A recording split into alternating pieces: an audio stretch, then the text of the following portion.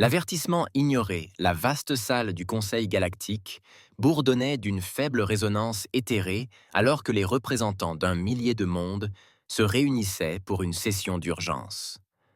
Des plateformes flottantes disposées en cercles concentriques abritaient des délégués de toutes formes imaginables, des êtres cristallins scintillants dans la douce lumière aux entités gazeuses contenues dans des champs de force scintillants. Au centre de l'attention, la haute conseillère Zixna déploya ses tentacules irisés, un geste qui réduisit l'assemblée au silence. Sa voix, traduite simultanément dans les langues maternelles de tous les présents, résonna claire et grave. Chers collègues, commença Zixna, sa peau bioluminescente palpitant d'urgence. Nous avons convoqué cette séance pour aborder une question de la plus haute importance. Nos éclaireurs à longue portée ont établi le contact avec une espèce jusque-là inconnue. Ils se font appeler humains. Un murmure parcourut la salle. De nouvelles espèces étaient régulièrement découvertes, mais elles justifiaient rarement une réunion d'urgence du Conseil. Zixnet poursuivit, le ton plus sérieux. Ces humains n'ont atteint que récemment la vitesse de la lumière, et pourtant ils ont déjà établi des colonies sur plusieurs mondes au-delà de leur système d'origine. Leur vitesse de progrès technologique est sans précédent.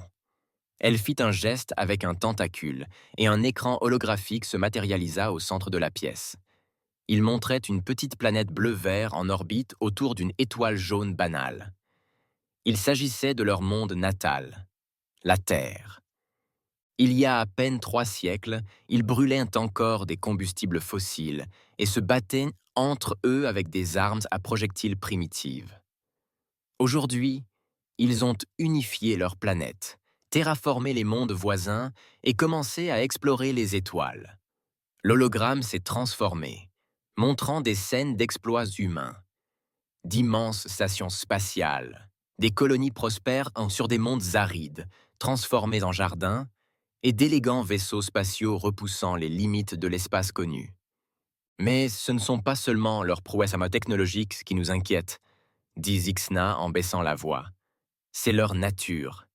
Les humains sont adaptables, imprévisibles, résilients comme jamais auparavant.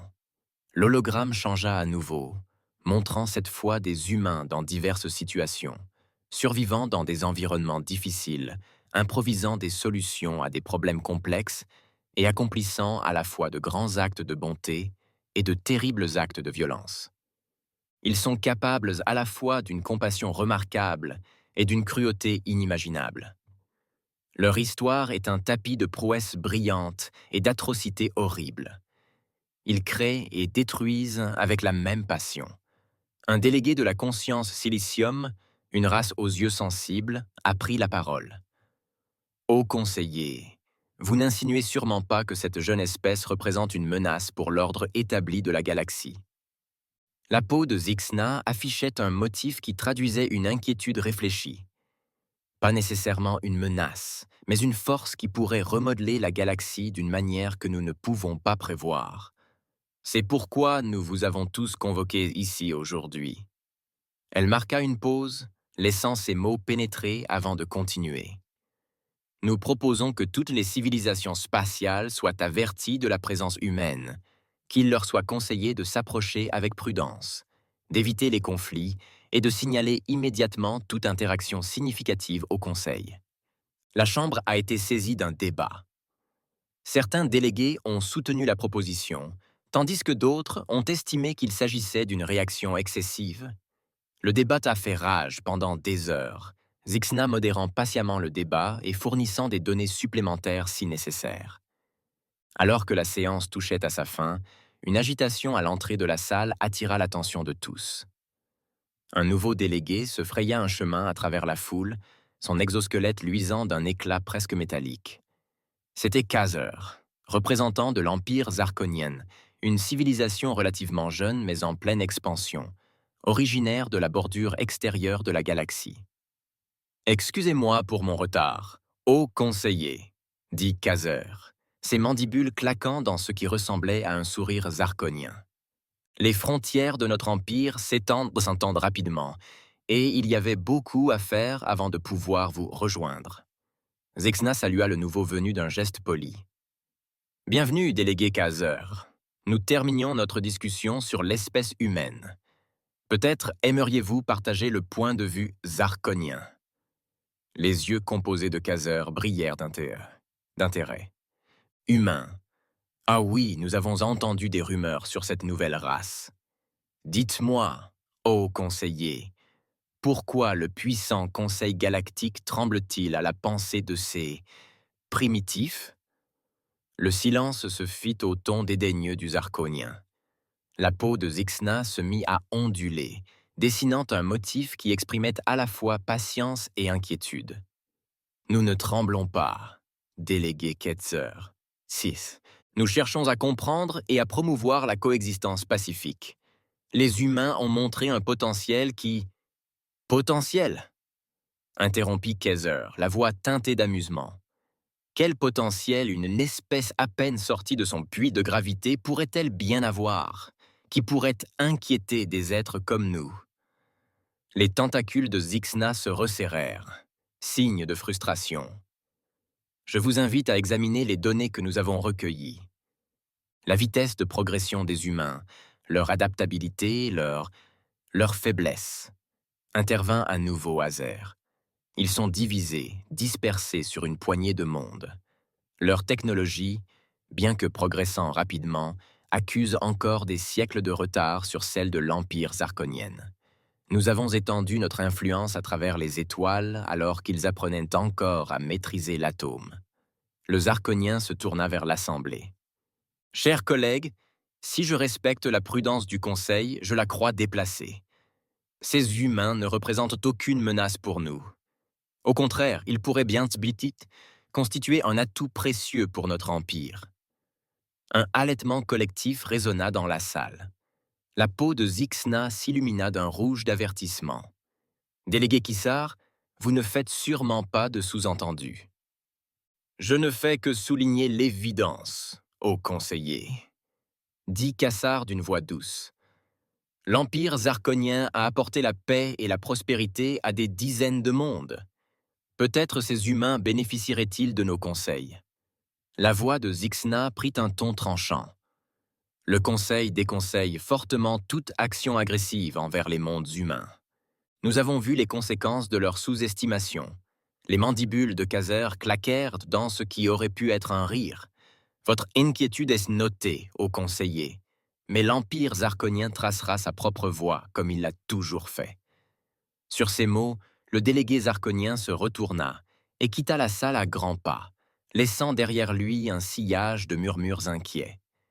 Zixana étendit une fois de plus ses tentacules pour réclamer le silence. « Chers collègues, votons sur la proposition d'émettre un avis galactique concernant l'espèce humaine.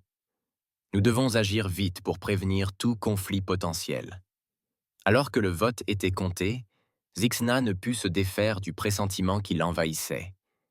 Le rejet par les Zarkoniens de l'avertissement du Conseil pourrait avoir de lourdes conséquences, non seulement pour l'humanité, mais pour la galaxie entière. Pendant ce temps, à des années-lumière de là, sur le pont du vaisseau amiral zarkonien, l'Eternal Conquest, l'empereur Zarkon lui-même examinait le rapport de son délégué au Conseil. Son visage enfantin se transforma en ce qui ressemblait à un sourire parmi ses semblables. « Des humains !» songea-t-il d'une voix rauque. « Intéressant.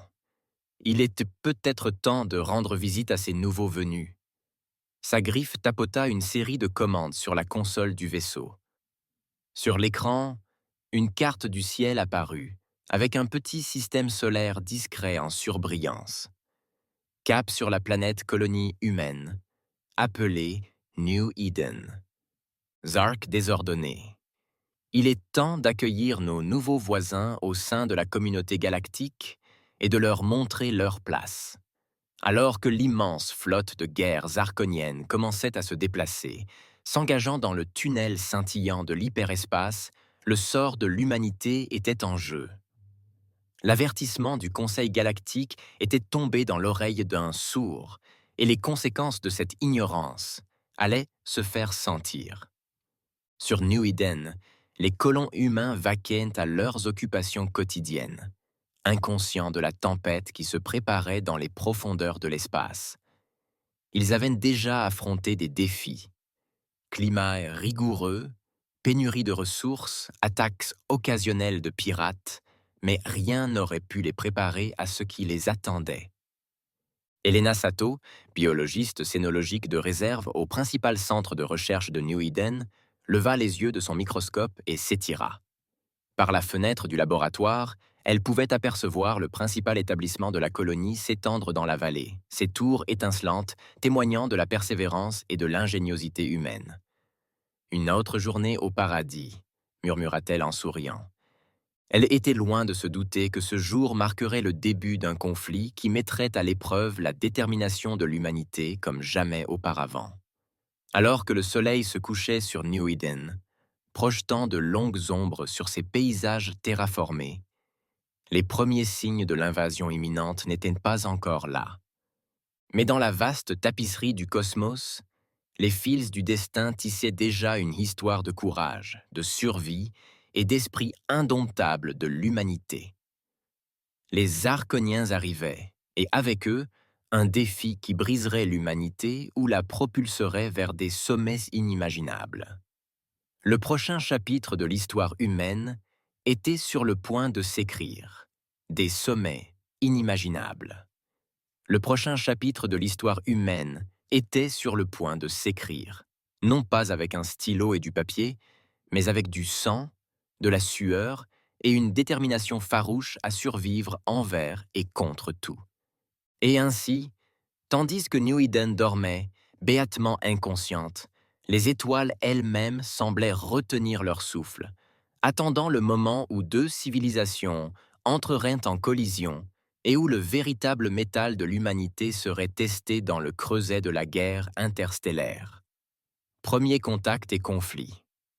Les soleils jumeaux de New Eden peignaient le ciel de teinte lavande et or, alors qu'ils s'élevaient au-dessus de l'horizon.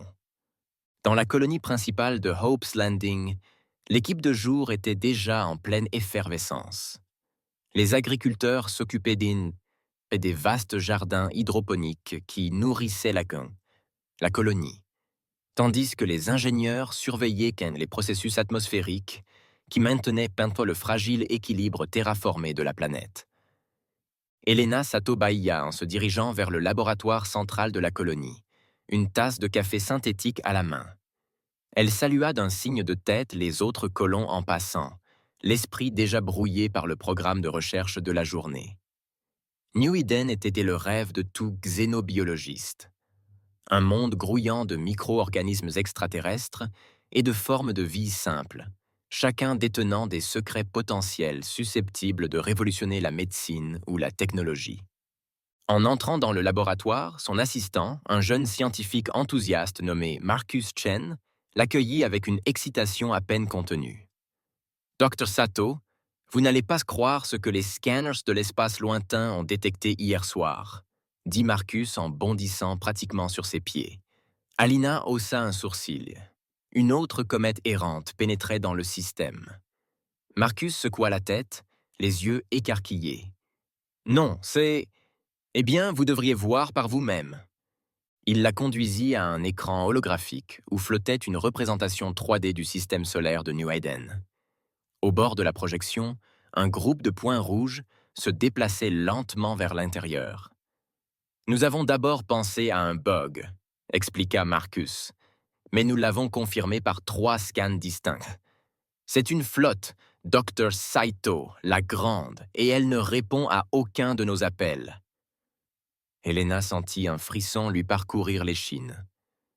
New Eden était une colonie paisible, dotée seulement d'une petite force de défense destinée à dissuader les pirates et à gérer les catastrophes naturelles occasionnelles. Ce qui les attendait dépassait de loin tout ce à quoi ils s'étaient préparés. « Avez-vous prévenu le gouverneur ?» demanda-t-elle d'une voix ferme malgré la peur qui la serrait l'estomac. Marcus hocha la tête.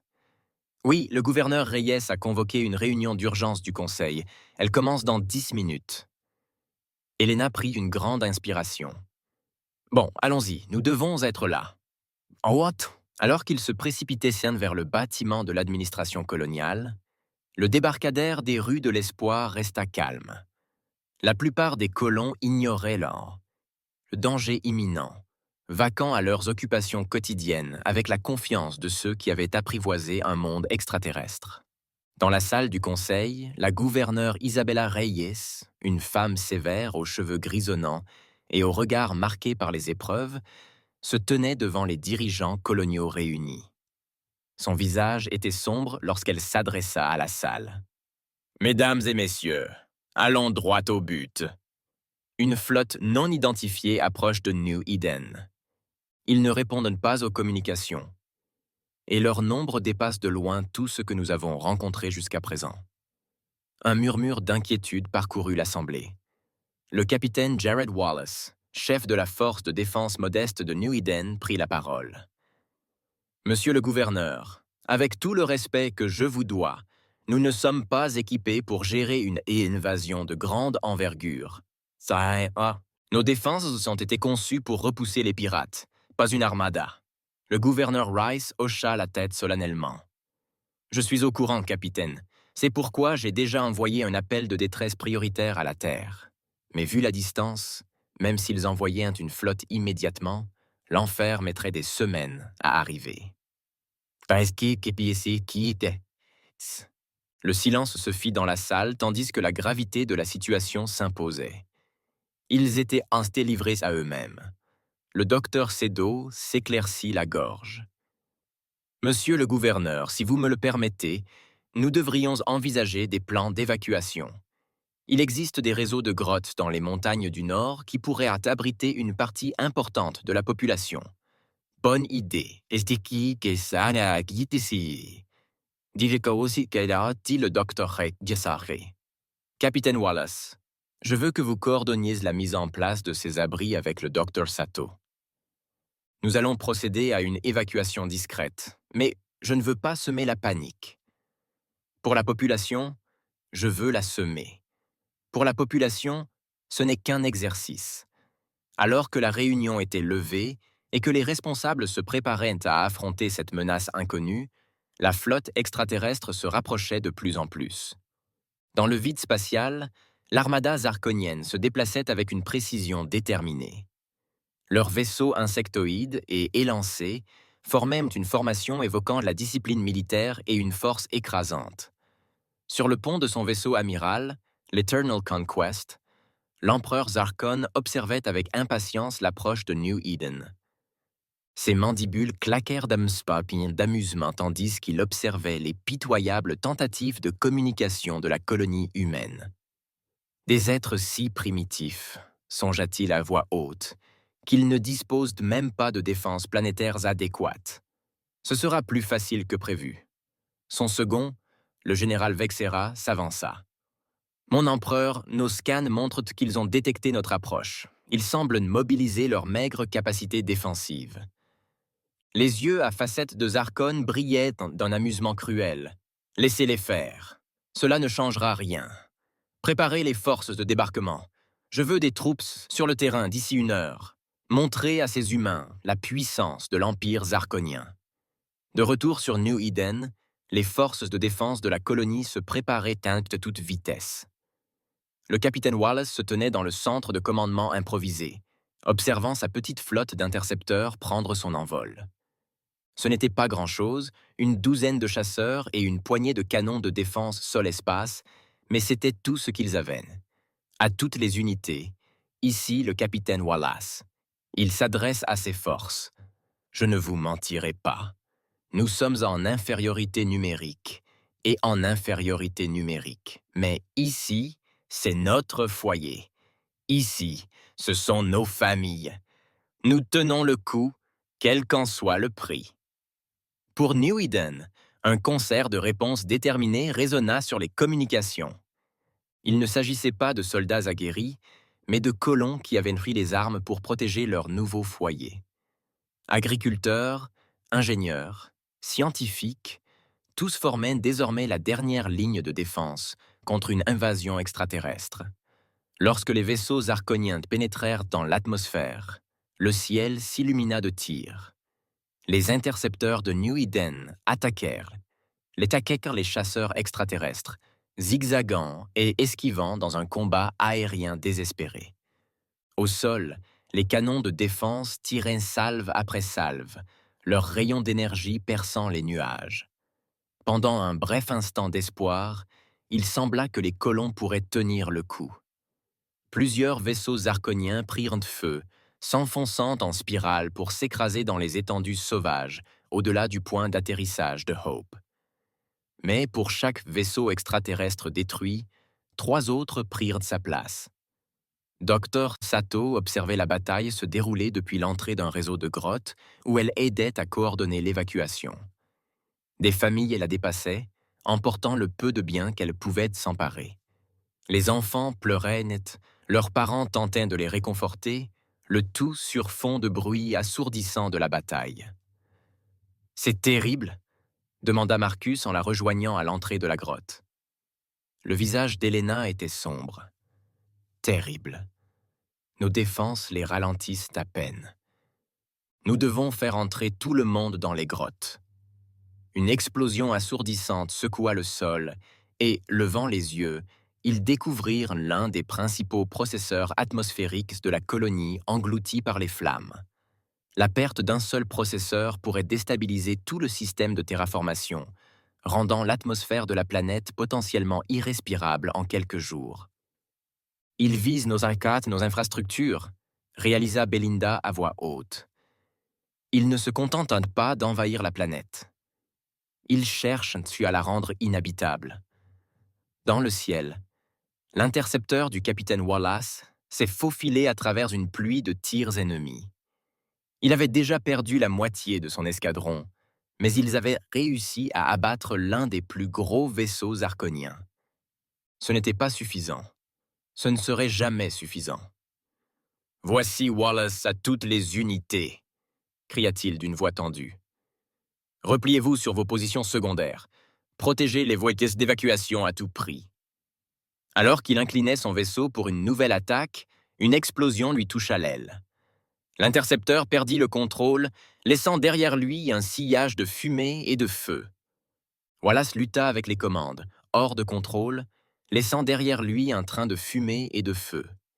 Wallace lutta avec les commandes, parvenant à diriger son vaisseau agonisant vers un atterrisseur zarkonien en approche. Dans ces derniers instants, il pensa à sa famille, bien cachée dans les grottes, et au foyer qu'il avait contribué à bâtir sur ce monde extraterrestre. « Pour New Eden », murmura-t-il en fermant les yeux tandis que son vaisseau percutait le vaisseau extraterrestre dans une explosion spectaculaire. Sur le terrain, la milice coloniale menait une action de résistance désespérée.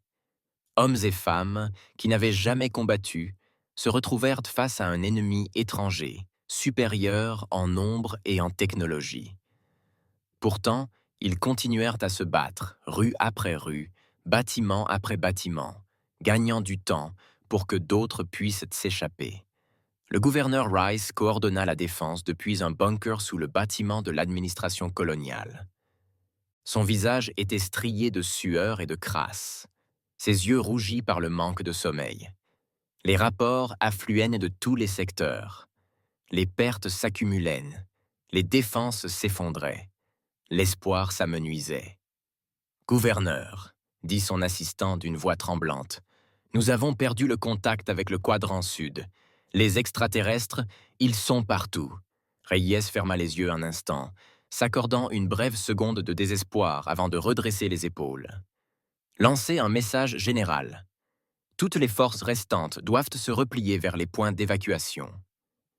Nous ne pouvons pas tenir la ville. Notre priorité est désormais de sauver le plus de vies possible. » Alors que le soleil se couchait sur New Eden, l'atterrissage de l'espoir brûlait.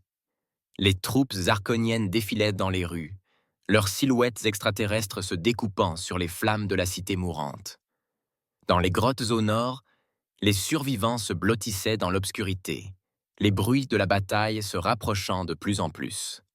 Dr Sat travaillait sans relâche, soignant les blessés et s'efforçant de maintenir l'ordre parmi les colons terrifiés. Elle avait vu l'ampleur du courage humain aujourd'hui, vu des gens ordinaires devenir des héros face à des obstacles insurmontables. Mais elle avait aussi vu le prix de ce courage, payé en sang et en vie perdue.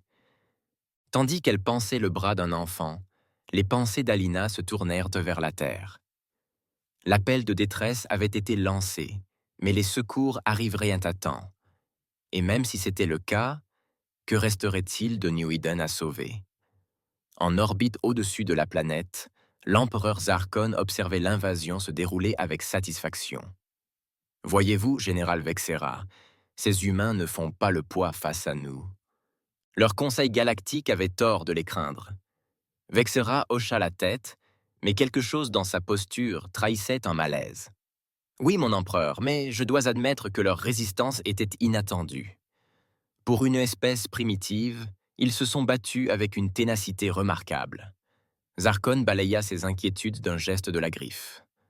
Hors sujet. Ils sont brisés maintenant. New Eden sera le nôtre, le premier d'une longue série de mondes humains à s'effondrer sous la puissance de l'Empire zaraconien. Alors que la nuit tombait sur la colonie assiégée, le sort de New Eden, et peut-être de toute l'humanité, était en jeu. Dans l'obscurité des grottes, le docteur Sato leva les yeux vers le ciel extraterrestre, cherchant un signe d'espoir parmi les étoiles. La bataille était perdue, mais la guerre pour l'avenir de l'humanité, ne faisait que commencer. La réponse de l'humanité, le message d'urgence de New Eden parvint sur Terre au milieu de la nuit, en temps universel coordonné. En quelques minutes, les plus hautes instances du gouvernement de la Terre unie étaient réveillées et se réunissaient en mode crise.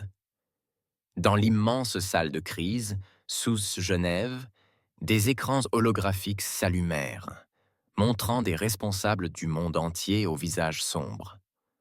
Au bout de la table se trouvait le président Adaman Kurma, son air habituellement jovial figé dans un masque de concentration déterminé. « Mesdames et messieurs, commença-t-il d'une voix grave, tranchant la tension, New Eden est attaqué par une force extraterrestre inconnue. Les défenses de la colonie ont été débordées et nous avons perdu le contact avec le gouverneur Reyes. Nous sommes désormais en état de guerre. » L'amiral Elena Chao, chef de la flotte terrestre unie, s'avança. Son hologramme dominait le centre de la salle tandis qu'elle commençait son briefing. La force attaquante a été identifiée comme étant l'Empire zarkonien, une espèce jusqu'alors inconnue de nous, mais apparemment bien connue du Conseil galactique. Leur technologie semble bien plus avancée que la nôtre, et leur nombre est conséquent. Elle marqua une pause, le temps de prendre conscience de la gravité de la situation avant de poursuivre. J'ai déjà ordonné la mobilisation des premières et troisième flottes. Nous pouvons déployer des vaisseaux dans le système New Eden d'ici 3 semaines, mais compte tenu de la puissance des forces zarkoniennes, cela pourrait ne pas suffire. Le président Nkrumah hocha la tête d'un air sombre. Qu'en est-il de la plateforme de défense Arcturus? Est-elle opérationnelle? Un homme chauve en blouse blanche, le docteur Hiroshi Tanaka, chef de la division des armes avancées de la Terre, s'éclaircit la gorge. Monsieur le Président, la plateforme Arcturus est encore en phase de test. Les résultats sont prometteurs, mais la déployer maintenant serait risqué. Et ne rien faire est suicidaire, rétorqua le général Maria Hernandez, commandant des forces terrestres. Si nous perdons New Eden, la Terre pourrait être la prochaine. Nous avons besoin de tous les avantages possibles. Le président Nkrumah se leva, sa décision prise. Dr Tanaka, vous avez 1 semaine pour préparer la plateforme Arcturus au combat. Amiral Zhao, je veux que tous les vaisseaux disponibles soient prêts à partir dans 7 jours. Général Hernandez, préparez vos meilleures troupes pour un éventuel déploiement terrestre. Il parcourut la salle du regard, croisant le regard de chaque officiel. Ne vous y trompez pas, l'humanité traverse une période des plus sombres. Mais nous ne nous enfuirons pas sans bruit. Nous montrerons à ces Zarkoniens et à la galaxie entière de quoi sont faits les humains. À la fin de la réunion, Une vaine effervescence s'est emparée de la planète. Des chantiers navals, inactifs depuis des années, ont repris vie, tandis que des vaisseaux de guerre mis au rencard étaient remis en service et modernisés à la hâte. Les centres de recrutement étaient envahis de volontaires, jeunes hommes et femmes, prêts à se battre pour la survie de leur espèce. En orbite, l'imposante plateforme de défense Arcturus bourdonnait d'énergie, tandis que le docteur Tanaka et son équipe ont travaillé sans relâche pour mettre en service leur système d'armes révolutionnaires. Fruit de la collaboration entre l'ingéniosité humaine et une technologie extraterrestre rétroconçue, cette plateforme représentait la plus grande prouesse technologique de l'humanité, et peut-être son dernier espoir. Pendant ce temps, dans les laboratoires du Centre de communication quantique de Sydney, le docteur Yuki Watanabe réalisait une avancée décisive qui allait changer le cours de la guerre. Son équipe travaillait sur une communication plus rapide que la lumière grâce à l'intrication quantique, une technologie qui pourrait potentiellement permettre une communication instantanée sur de vastes distances. « Nous y sommes parvenus », souffla-t-elle, fixant les points rouges avec incrédulité. « Nous pouvons envoyer un message à New Eden. Ce ne sera pas grand-chose, juste un SMS pour l'instant. Mais c'est déjà quelque chose. » En quelques heures, le président Krumah rédigeait un message à envoyer à la colonie assiégée.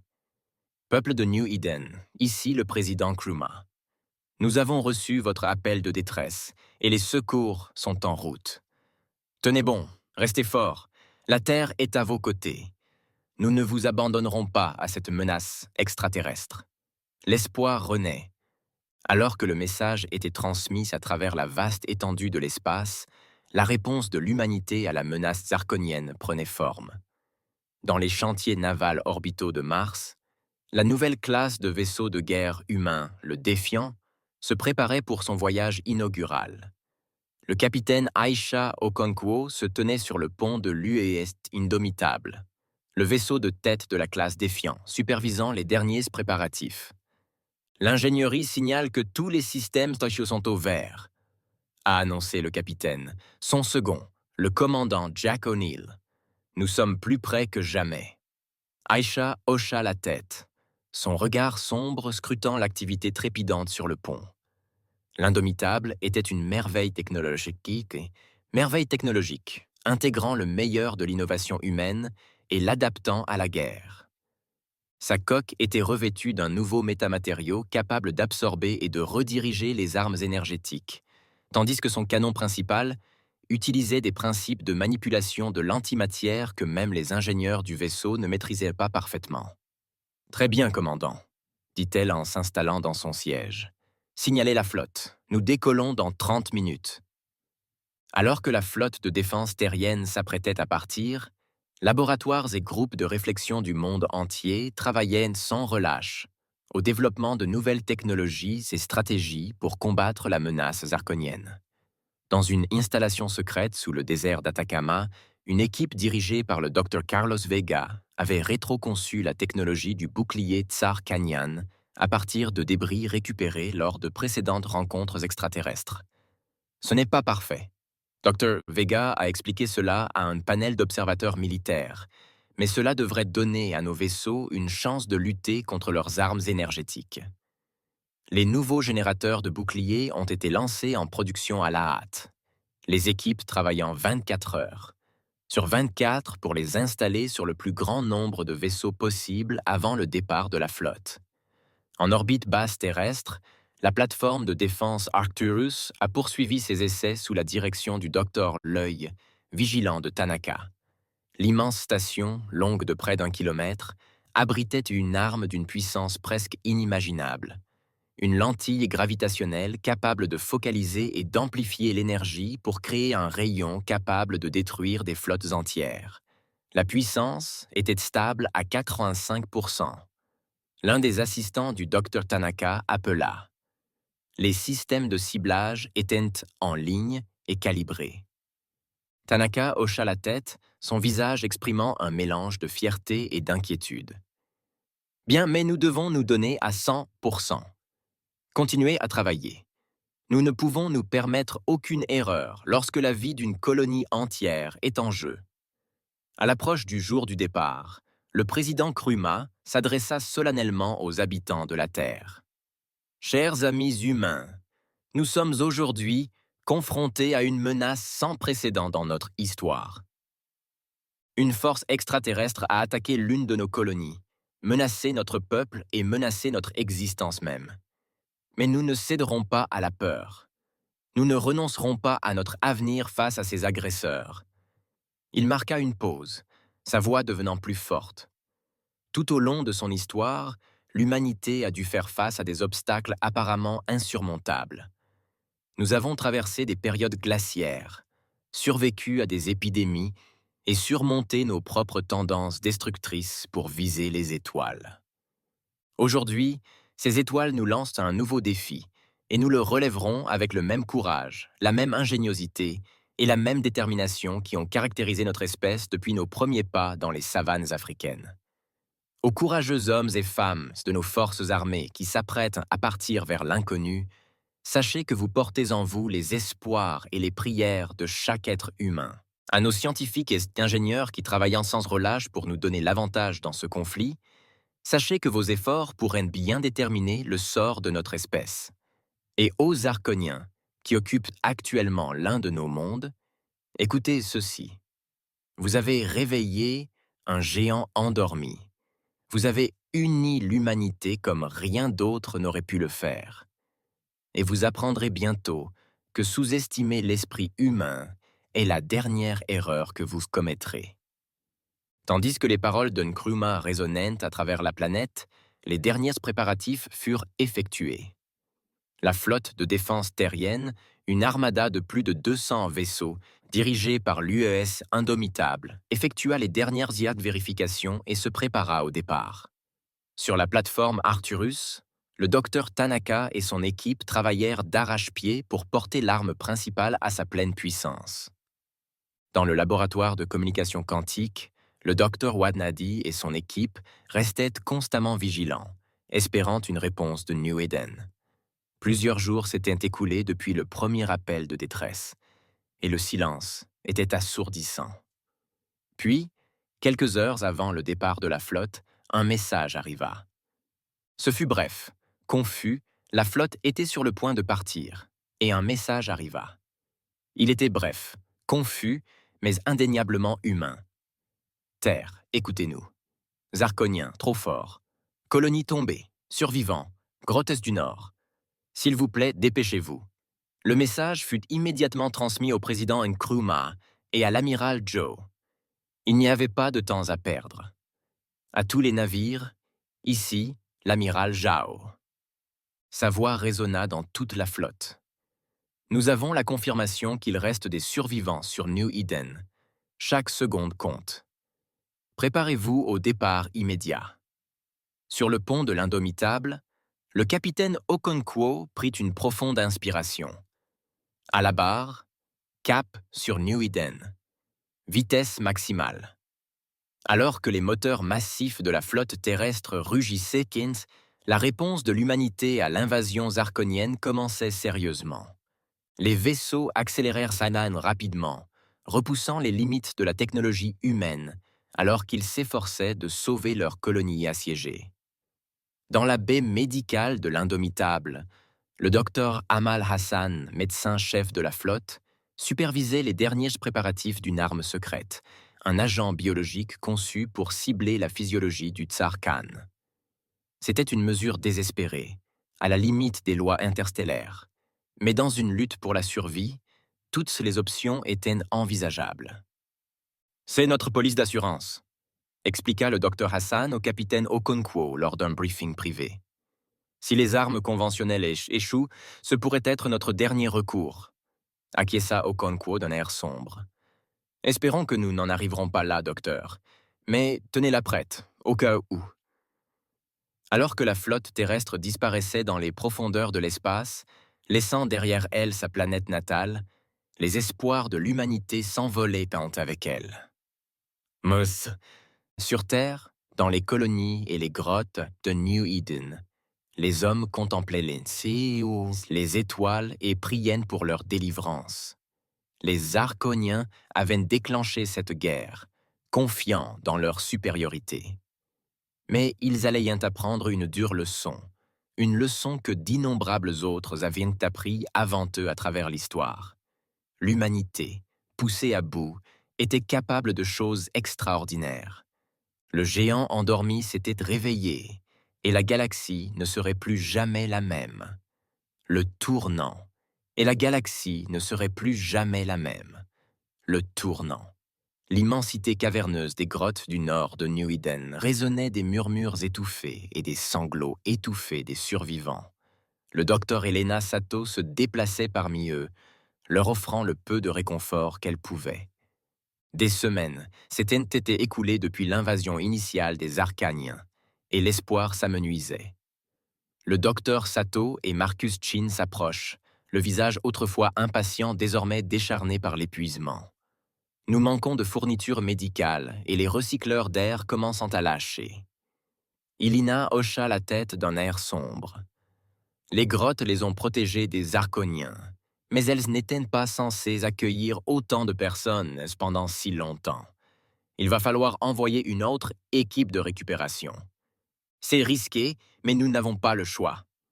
Alors qu'ils discutaient des plans de cette dangereuse mission, une agitation près de l'entrée de la grotte attira leur attention. Un groupe d'éclaireurs se précipita à l'intérieur, le visage mêlé de peur et d'excitation. « Docteur Saito, vous devez voir ça !» cria l'un d'eux. Bélina les suivit jusqu'à l'entrée de la grotte, où un poste d'observation improvisé avait été installé. Elle regarda par la fenêtre camouflée et son cœur se serra.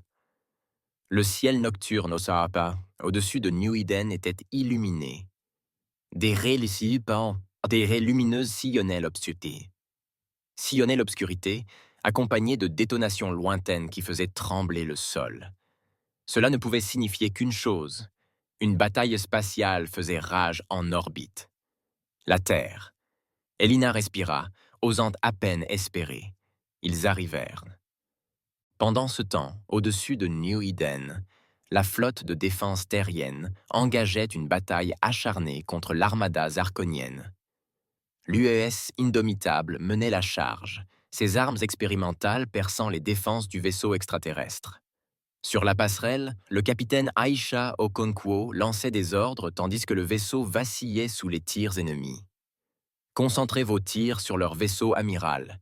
Nous devons neutraliser leur commandement et leur contrôle. La voix du commandant O'Neill trancha le chaos. Capitaine, nous détectons des accumulations d'énergie dans plusieurs vaisseaux arcaniens. Ils se préparent à tirer avec leurs armes principales. L'esprit d'Aïcha s'emballa.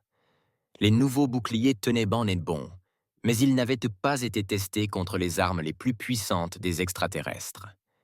Elle prit une décision en une fraction de seconde. À tous les vaisseaux, ici le capitaine Okonkwo. Exécutez la manœuvre Oméga 3. La flotte terrestre se déplaçait alors en parfaite synchronisation, adoptant une formation tridimensionnelle complexe qui dispersait ses vaisseaux selon un schéma apparemment aléatoire. Quelques instants plus tard, le ciel s'illumina lorsque les armes zarkiennes tirèrent, leurs rayons d'énergie traversant l'espace, manquant presque toutes leurs cibles. « Ça a marché !» s'exclama O'Neill. Leur système de ciblage ne pouvait pas prédire nos mouvements. Ayesha s'autorisa un léger sourire. Les innombrables heures passées en simulation à élaborer des stratégies de combat imprévisibles portaient leurs fruits. Exploitez l'avantage. À tous les navires, concentrez vos tirs sur le flanc bâbord de l'ennemi. Alors que la bataille spatiale faisait rage, la situation au sol était tout aussi intense. Les forces terrestres zarconiennes, prises au dépourvu par l'arrivée soudaine de la flotte terrestre, se précipitèrent pour sécuriser leur position. Dans la confusion, la résistance humaine vit une opportunité. Dans les grottes, Elena et Marcus menèrent un groupe de volontaires vers une mission audacieuse. Les Zarconiens étant distraits, ils projetèrent d'infiltrer l'un des centres de commandement extraterrestres et de recueillir des renseignements cruciaux. « Souviens-toi, murmura Helena en approchant du bâtiment administratif colonial reconverti.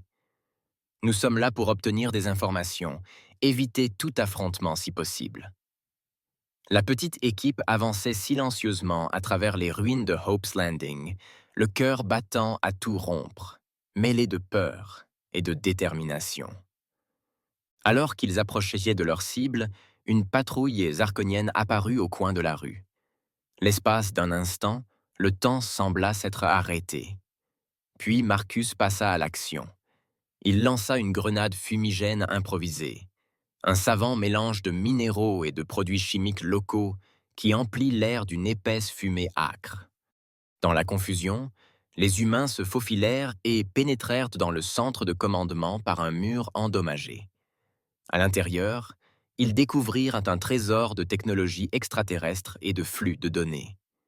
L'esprit scientifique d'Alina s'emballa, tandis qu'elle observait les systèmes avancés. Marcus, essaie d'accéder à leur communication. Nous devons connaître leur plan. Pendant que Marcus s'efforçait de décrypter les données extraterrestres, le Lena examinait un affichage holographique de la bataille en orbite. Son cœur se serra lorsqu'elle réalisa l'ampleur réelle de la force zarkonienne.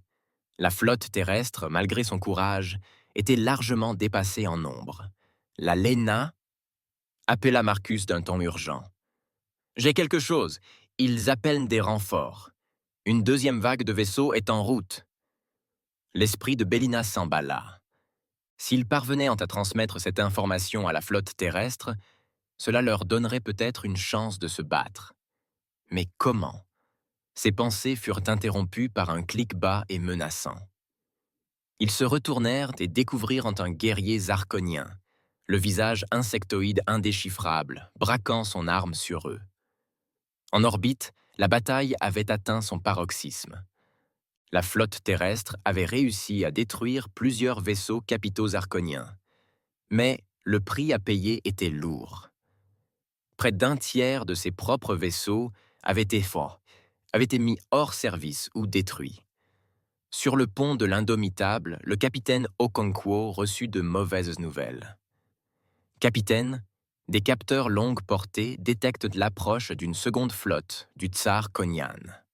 20 minutes d'attente sont prévues. » Le cœur d'Aïcha se serra. Il peinait à résister à la force actuelle. Une deuxième vague serait dévastatrice. Envoyez un message à l'amiral Zhao. Nous avons besoin de la plateforme Arcturus. Tout de suite. À des milliers de kilomètres de là, à bord de la plateforme de défense Arcturus, le docteur Tanaka reçut le message urgent.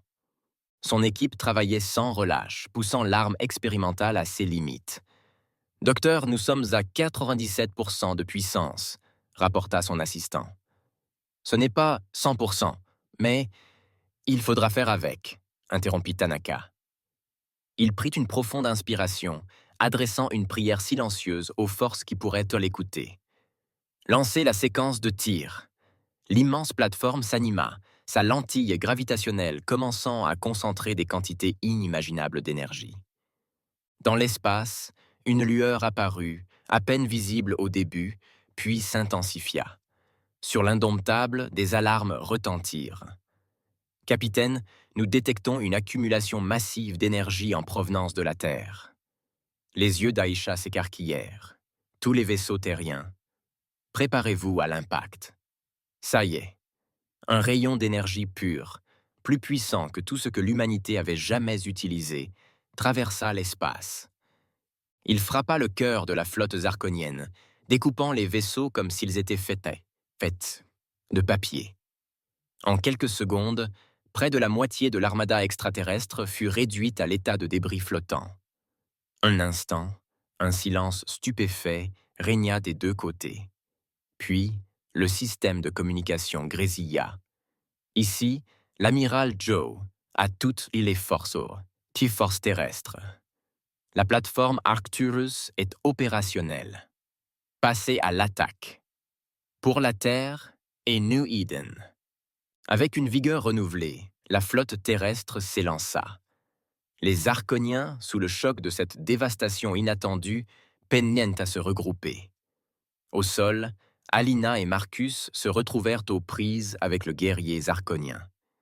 Mais avant que quiconque puisse agir, le bâtiment trembla violemment. L'extraterrestre, distrait par le vacarme, baissa son arme une fraction de seconde, le temps nécessaire à Alina. Elle se jeta en avant, utilisant un mouvement appris au cours d'autodéfense de la colonie, et parvint à désarmer le guerrier. Marcus s'empara rapidement de l'arme extraterrestre et la pointa sur leur ravisseur. « Nous devons transmettre cette information à la flotte », dit Al-Helena essoufflé. « Et je crois savoir comment. » Ils ont forcé le Zarkonien à les guider jusqu'au réseau de communication. Avec l'aide réticente de l'alien et les compétences techniques de Marcus, ils ont réussi à transmettre un message au réseau de communication du Zarkonien. « À la flotte terrienne », dicta Helena pendant que Marcus tapait. « Renfort Zarkonien, en approche. » Plus que 20 minutes. Préparez-vous pour la deuxième vague. Dans l'espace, le message parvint à l'Indomptable, juste au moment où le cours de la bataille s'inversait. Forte de ces renseignements cruciaux, la capitaine Okonkwo élabora rapidement une nouvelle stratégie. « Tous les vaisseaux, rassemblez-vous sur l'Indomptable », ordonna-t-elle. « Nous allons utiliser le champ de débris des vaisseaux zarkoniens détruits comme couverture. À l'arrivée de leur renfort, nous les prendrons dans un feu croisé entre nous et le rayon d'Arcturus. » Alors que la flotte terrestre se positionnait, la deuxième vague de vaisseaux zarkoniens abandonna sa vitesse supérieure à la lumière. Ils découvrirent dans le chaos leur flotte principale en désordre, un champ de débris et aucune cible précise. « À présent, » ordonna Aesha, les vaisseaux terrestres surgirent de leur cachette, armes flamboyantes. Simultanément, la plateforme Arcturus tira à nouveau, son rayon d'énergie traçant une brèche parmi les forces zarkoniennes nouvellement arrivées. Pris par surprise et attaqués de toutes parts, les renforts zarkoniens n'eurent aucune chance. En quelques minutes, l'espace au-dessus de New Eden fut rempli des vestiges brisés de la puissante armada extraterrestre. Sur le vaisseau amiral zarkonien, l'empereur Zarkon regarda, incrédule, sa force d'invasion s'effondrer. Impossible. Il gazouilla, ses mandibules claquant d'agitation. C'est primitif. Comment aurait-il pu? Le général Vexera s'approcha prudemment. « Mon empereur, nous devons battre en retraite. Les humains ne sont pas ce que nous pensions. » Les yeux à facettes de Zarkon brillèrent de colère, puis de résignation. « Envoyez le signal. Toutes les forces doivent se replier immédiatement. » Alors que les vaisseaux zarkoniens restants quittaient le système, des acclamations fusèrent dans toute la flotte terrestre. À la surface de New Eden, les survivants émergèrent de leur grotte, des larmes de joie et d'incrédulité ruisselant sur leurs visages, tandis qu'ils regardaient leurs oppresseurs extraterrestres battre en retraite. Dans le bâtiment de l'administration coloniale, Alina et Marcus s'échangèrent un moment de silence stupéfait avant d'éclater d'un rire soulagé. Ils avaient réussi. Contre toute attente, l'humanité avait triomphé. Alors que les premières navettes terrestres commençaient à atterrir, apportant des provisions et des renforts indispensables, Valina leva les yeux vers le ciel. Les étoiles semblaient plus brillantes, pleines de promesses plutôt que de menaces. « Nous l'avons fait, Marcus, » dit-elle doucement. « Nous leur avons montré de quoi les humains sont capables. » Marcus hocha la tête, les yeux brillants de fierté et d'espoir. « Nous l'avons fait, et j'ai le sentiment que ce n'est que le début. Alors que le soleil se levait sur un nouvel Éden libéré, l'humanité se tenait à l'aube d'une nouvelle ère. Elle avait affronté son plus grand défi et en était sortie victorieuse. La galaxie ne serait plus jamais la même, et elle non plus. L'esprit humain, mis à l'épreuve dans le creuset de la guerre interstellaire, s'était révélé être la force la plus puissante de l'univers. Conséquences et réflexions. Les semaines qui suivirent la bataille de New Eden furent un tourbillon d'activités. Alors que les vaisseaux terrestres sécurisaient le système et entamaient le processus de reconstruction, l'impact de la victoire de l'humanité commença à se faire sentir à travers la galaxie. Sur la surface fraîchement libérée de New Eden, le docteur Elena Sato se tenait au milieu des ruines de Hope's Landing, constatant les dégâts. La colonie autrefois intacte n'était plus qu'un patchwork de destruction et de résilience. Des bâtiments incendiés côtoyaient des structures préfabriquées érigées à la hâte, témoignant à la fois de la dévastation causée par les Arconiens et de l'indomptable esprit humain. « Docteur Saito » appela une voix. Elle se retourna et vit Marcus Chen s'approcher d'elle en trottinant, le visage rayonnant d'excitation. « Vous devez voir ça. » Il la conduisit à un centre de commandement improvisé où un groupe de responsables terriens et de survivants de New Eden s'était rassemblé autour d'un écran holographique. Au centre de l'image se trouvait un visage familier. Le président Krumah, peuple de la Terre et de New Eden. Le président commença. Président Nkrumah, peuple de la Terre et de New Eden, dit-il d'une voix pleine de fierté et de solennité. Aujourd'hui, je m'adresse non seulement à l'humanité, mais à toute la galaxie. Notre victoire contre l'Empire zarkonien a provoqué une onde de choc dans toute la communauté interstellaire. Il marqua une pause, laissant ses paroles pénétrer son esprit. Le Conseil galactique a officiellement reconnu le droit de l'humanité à la légitime défense et a condamné l'agression zarkonienne. De plus, ils ont invité la Terre à siéger au Conseil. Un murmure d'excitation parcourut la foule. Alina sentit une vague d'émotion lui monter à la poitrine. Après tout ce qu'ils avaient enduré, l'humanité était enfin reconnue comme une force avec laquelle il fallait compter dans la galaxie. Le président Krumah a poursuivi. Mais cette reconnaissance implique une grande responsabilité. Nous avons fait nos preuves au combat, certes, mais nous devons maintenant faire nos preuves dans la paix. Le chemin qui nous attend n'est pas facile, mais je suis convaincu que l'humanité saura relever le défi. À la fin de la transmission, la salle s'est esclaffée d'acclamations et d'applaudissements.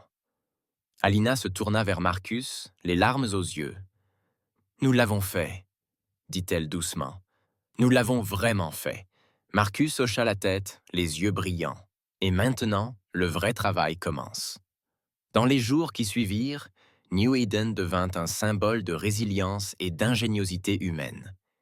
Des équipes d'ingénieurs et de scientifiques terriens travaillèrent aux côtés des colons, non seulement pour reconstruire ce qui avait été perdu, mais aussi pour l'améliorer. Les connaissances acquises, grâce à l'étude de la technologie zarkonienne, accélérèrent le progrès humain de plusieurs décennies. Le capitaine Aisha Okonkwo, désormais saluée comme une héroïne de la bataille, supervisa la mise en place d'une force de défense terrestre permanente dans le système. Tandis qu'elle observait une nouvelle station orbitale prendre forme, un mélange de technologies humaines et extraterrestres rétro-conçues, elle songea à tout ce qui avait changé en si peu de temps. « Très beau spectacle, n'est-ce pas, capitaine ?» dit l'amiral Zhao en la rejoignant au hublot. Aisha hocha la tête. « C'est incroyable que nous ayons été si près de tout perdre. Et pourtant, nous sommes là, » répondit Zhao. « Vous savez, les Zarkoniens ont réclamé la paix. Leur empire est plongé dans le chaos. Il semblerait que notre victoire ait inspiré quelques rébellions parmi leurs mondes sujets. » Aisha haussa un sourcil. « Étions-nous en train d'étudier leur offre ?» L'expression de Zhao devint sérieuse.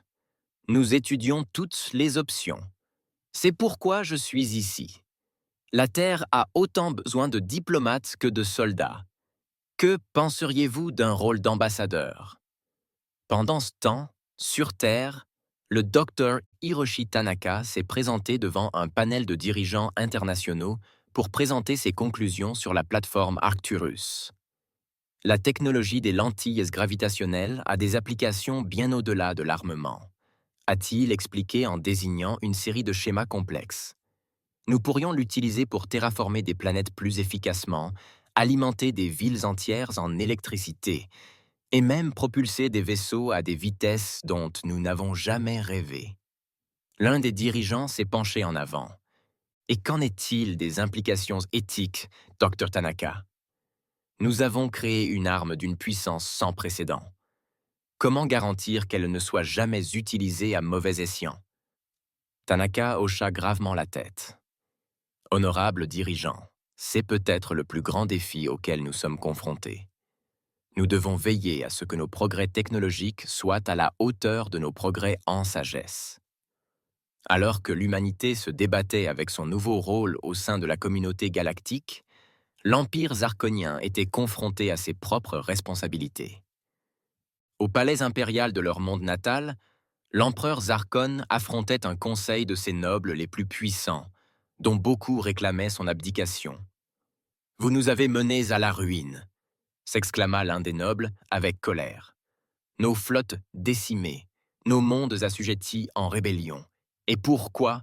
Une simple colonie humaine. » Les mandibules de Zarkon claquèrent d'agitation. Nous les avons sous-estimés, certes, mais nous pouvons tirer les leçons de cette défaite. Nous le pouvons. Ça suffit. Un autre noble l'interrompit. Votre règne est révolu. Nous allons demander la paix aux humains et au Conseil galactique. Peut-être pourrons-nous alors sauver ce qui reste de notre empire. Alors que l'empire zarkonien sombrait dans des conflits internes, le Conseil galactique convoqua une session d'urgence. Des représentants de centaines de mondes se sont réunis pour discuter des implications de l'ascension soudaine de l'humanité. La haute conseillère Zixna s'est adressée à l'Assemblée, sa peau bioluminescente vibrant d'émotions diverses. Chers collègues, nous nous trouvons à la croisée des chemins. Les humains ont démontré à la fois un potentiel de destruction terrifiant et une capacité inspirante d'unité et d'innovation. La manière dont nous procéderons désormais façonnera l'avenir de notre galaxie.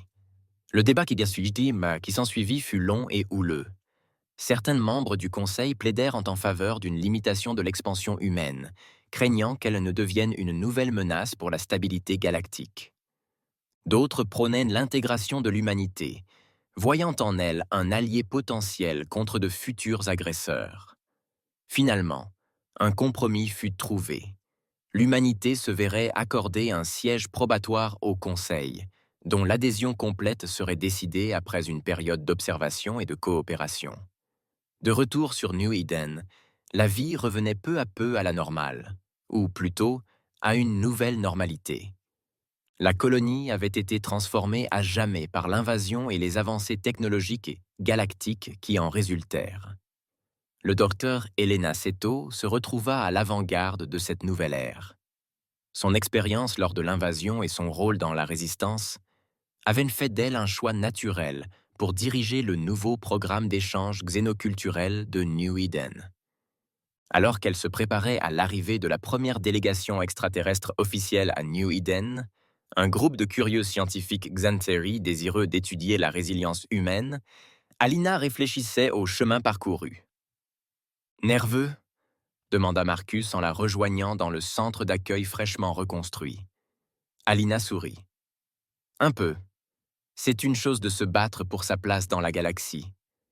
C'en est une autre de la mériter. » Marcus hocha la tête. « C'est vrai. Mais s'il y a une chose que j'ai apprise, c'est de ne jamais sous-estimer la capacité de l'humanité à s'adapter et à prospérer. » Tandis qu'il regardait le vaisseau extraterrestre descendre dans l'atmosphère de New Eden, Elina ressentit un mélange d'excitation et d'appréhension. L'avenir était incertain, plein de promesses et de dangers, mais l'humanité avait prouvé sa capacité à relever le défi. Dans les années qui suivirent, son influence s'étendit à travers les étoiles. Les vaisseaux terrestres, désormais équipés d'une technologie alliant innovation humaine et avancées extraterrestres, explorèrent la galaxie plus loin que jamais.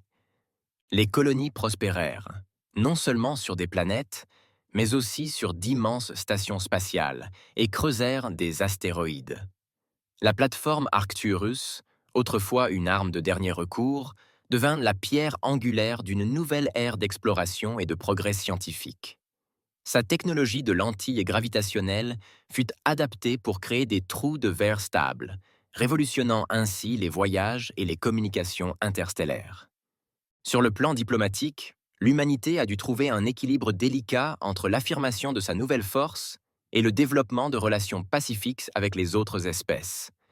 La capitaine, aujourd'hui ambassadrice, Aisha Okonkwo s'est retrouvée à naviguer dans des eaux politiques aussi tumultueuses que n'importe quelle bataille spatiale qu'elle avait menée.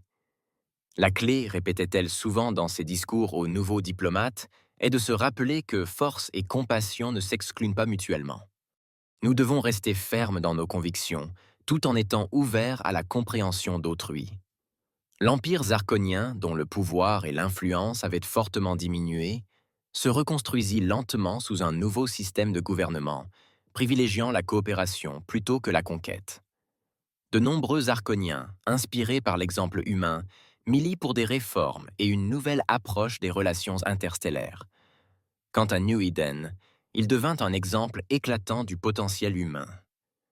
Sous la direction de la gouverneure Elena Sato, élue à l'unanimité, la colonie devint un pôle de coopération interspécifique et de progrès scientifique. Les grottes qui avaient abrité les survivants lors de l'invasion furent transformées en mémorials et musées, rappelant le chemin parcouru et le prix de leur périple. 10 ans jour pour jour après la bataille de New Eden, une grande cérémonie eut lieu sur la place centrale de la colonie. Des représentants de la Terre, du Conseil galactique et de dizaines d'espèces extraterrestres se réunirent pour commémorer l'événement qui avait changé le cours de l'histoire galactique. Le président Crom, les cheveux grisonnants mais les yeux toujours brillants de vision, monta sur scène. La foule, humaine et extraterrestre, se tut. Il y a 10 ans, commença-t-il, sa voix résonnant à travers la place, nous étions menacés d'extinction. Nous étions une espèce jeune, inexpérimentée, plongée dans un conflit inimaginable. Mais nous n'avons pas faibli, nous n'avons pas capitulé. Au contraire, nous avons montré à la galaxie la véritable force de l'esprit humain. Il marqua une pause, observant la foule hétéroclite. Aujourd'hui, nous ne sommes pas des conquérants, mais des partenaires. Non pas une espèce à part, mais des membres à part entière d'une vaste communauté cosmique. Nous avons beaucoup appris, et il nous en reste encore beaucoup à apprendre. Mais nous abordons l'avenir non pas avec peur, mais avec espoir et détermination. Aux paroles de Nkrumah, Alina ressentit une profonde gratitude et un profond émerveillement. Elle pensa à tout ce qu'ils avaient enduré, à tout ce qu'ils avaient accompli, et à tout ce qui les attendait. La galaxie était vaste et pleine de merveilles, et l'humanité était prête à assumer son rôle dans l'avenir. La cérémonie se conclut par un spectaculaire spectacle de lumières dans le ciel nocturne, œuvre commune d'artistes humains et extraterrestres, peignant le cosmos de rayons de couleurs et de lumière. Tandis qu'Alina regardait, sa main rencontra celle de Marcus, leurs doigts s'entrelaçant. « Que pensez-vous que les 10 prochaines années nous apporteront » demanda Marcus, la voix voilée d'émerveillement. « Qu'apporteront » demanda Marcus, la voix voilée d'émerveillement. Elina sourit, les yeux rivés sur l'éblouissante toile galactique au-dessus d'elle. « Je ne sais pas, » répondit-elle, « mais j'ai hâte de le découvrir. » Tandis que les lumières dansaient au-dessus de nos têtes, symbole d'unité et d'espoir, l'humanité se tenait au seuil d'une nouvelle ère. Après avoir surmonté l'épreuve du feu, elle en était ressortie plus forte, plus sage, et prête à prendre sa place parmi les étoiles. L'avenir était radieux, rempli d'infinies possibilités, et l'humanité était prête à écrire le prochain chapitre de son aventure cosmique. La galaxie ne serait plus jamais la même, et eux non plus. Et c'était peut-être là la plus grande victoire de toutes.